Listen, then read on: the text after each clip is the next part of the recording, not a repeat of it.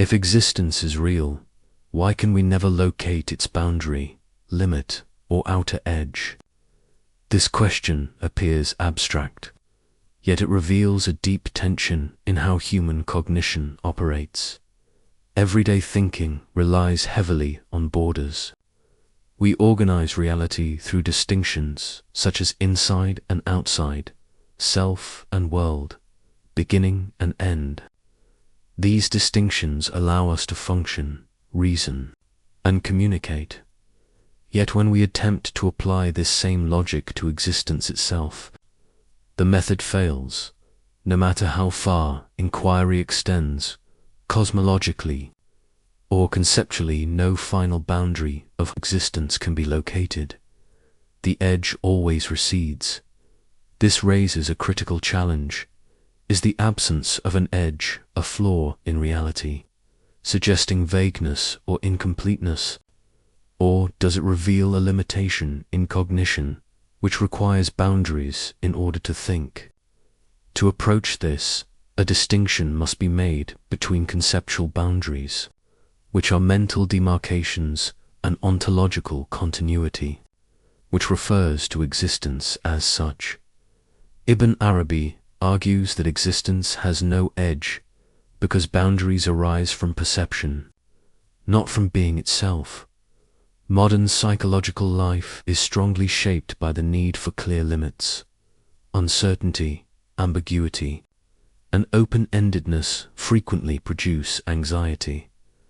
People often report distress when situations lack clear definitions, outcomes, or roles.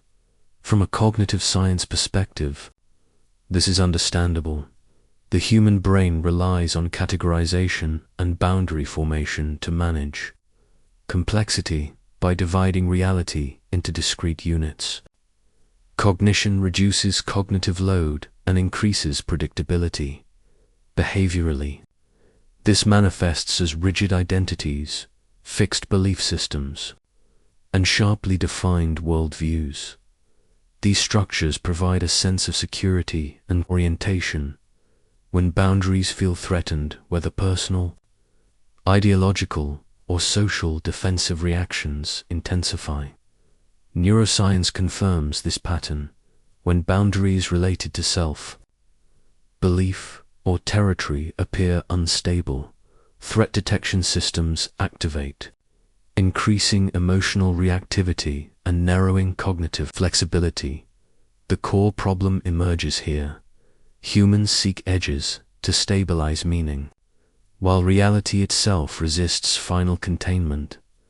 Ibn Arabi reframes this tension by treating the absence of edges not as a defect, but as a fundamental feature of existence. Ibn Arabi is often described as a mystical poet, but at his core he was a rigorous metaphysician of being. His central concern was not abstraction, but how existence manifests without fragmenting into separate, independent substances. A foundational distinction in his thought is between existence itself and the forms and delimitations that appear within. Existence forms are finite. They have beginnings, endings, and boundaries. Existence, however, is what allows forms to appear at all. The key premise follows logically. Edges belong to forms, not to existence. What gives rise to boundaries cannot itself be bounded. If existence were limited, it would depend on something outside itself. This would contradict the very meaning of existence. Modern thinking often imagines existence as a container holding objects. Ibn Arabi rejects this model. He treats existence as continuous presence, within which objects, distinctions, and limits arise temporarily. The first core teaching clarifies where boundaries originate. All perceived edges arise from cognition, not from existence itself. Differentiation is a function of perception. Ibn Arabi's logic is precise. To perceive anything at all, the mind must differentiate. It separates figure from background, self from environment, object from observer. These distinctions are necessary for perception, but they do not divide being. Itself, a simple illustration makes this clear. Horizon appears as a sharp boundary between earth and sky, yet as one moves forward, the horizon shifts. The edge was never real, it was perspectival, cognitive. Science describes this process as perceptual. Segmentation. The brain organizes continuous sensory input into discrete units. This segmentation enables understanding, but it does not reflect an ultimate division in reality. A common misconception must be addressed. The absence of absolute edges does not imply chaos or meaninglessness. It implies that meaning arises within continuity. Existence appears divided because perception divides. The second teaching addresses the idea of containment. Containment applies to objects, not to the condition that makes objects possible. Ibn Arabi emphasizes that existence is not one thing among others, it is what allows things to appear. Treating existence as an object misunderstands its role. An everyday analogy clarifies this. Space contains objects, but space itself cannot be located as an object within space. Asking where space ends presupposes a larger space beyond it. This is incoherent. Neuroscience offers a parallel. Awareness contains experiences, sensations, thoughts, emotions, but awareness itself is not experienced as one experience among others' attempts. To observe awareness as an object alter the process itself psychologically. This explains why attempts to grasp existence, meaning, or ultimate reality often produce frustration. The effort assumes that existence is an object to be captured. The insight follows directly. What contains all forms cannot itself have a form or an edge. Human experience is structured by the sense of being inside the world that feels outside.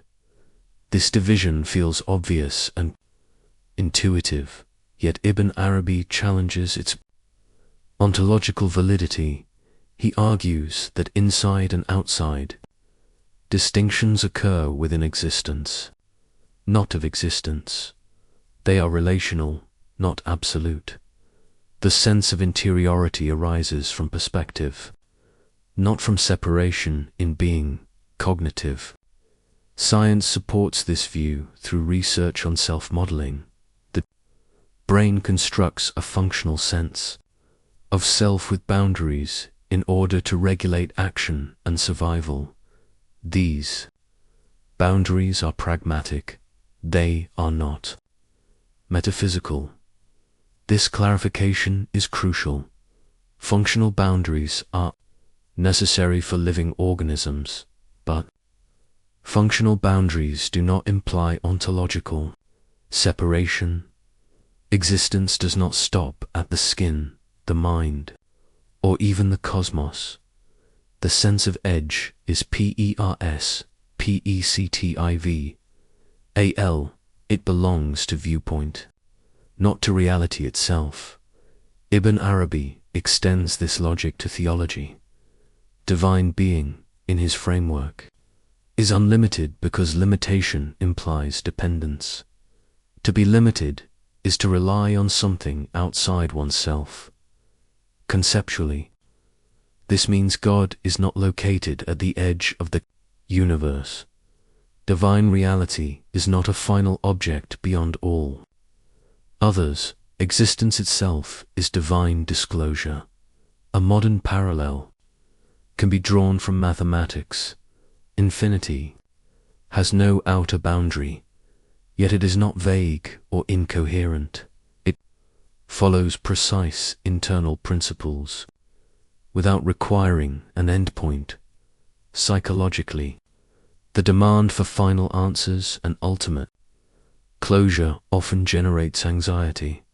The mind seeks an edge where uncertainty ends. Ibn Arabi suggests that this demand misunderstands reality's structure. Does not imply disorder. It implies completeness without exclusion. A deeper question remains: if existence has no edge, why does the mind insist on creating them? The paradox is this: the mind requires edges to function efficiently. Existence does not. Cognitive science describes this need as cognitive closure, the drive to reduce uncertainty by imposing limits and conclusions. Ibn Arabi's subtle insight is that edges are tools of navigation, not truths of reality. They help organisms act, decide, and survive. Problems arise only when tools are mistaken for descriptions of being itself. A critical misconception must be clarified. Transcending edges does not eliminate practical distinctions. It does not mean denying difference, form, or responsibility. Wisdom lies in using boundaries without mistaking them for reality. This framework has direct implications for modern life. The first shift is cognitive, recognizing boundaries as functional, not absolute.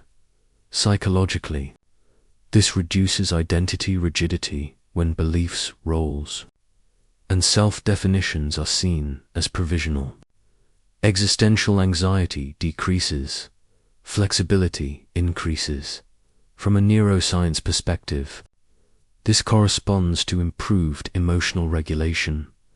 When the prefrontal cortex integrates ambiguity rather than reacting defensively, threat reactivity diminishes. Practically, this does not mean abandoning structure or decision-making. It means holding structures lightly, without demanding final containment. Ibn Arabi's practical outcome is clear. One can engage fully with life without the need for ultimate closure. Meaning operates within openness, not against it. The central conclusion follows logically. Existence has no edge because edges arise within it, not around it. What makes limits possible cannot itself be limited. Forms appear and disappear. Boundaries emerge and dissolve. Existence remains continuous throughout. Ibn Arabi's lasting contribution is a vision of reality where continuity replaces containment. Anxiety decreases not because answers are finalized, but because reality is understood more accurately. Forms begin and end. Existence does not.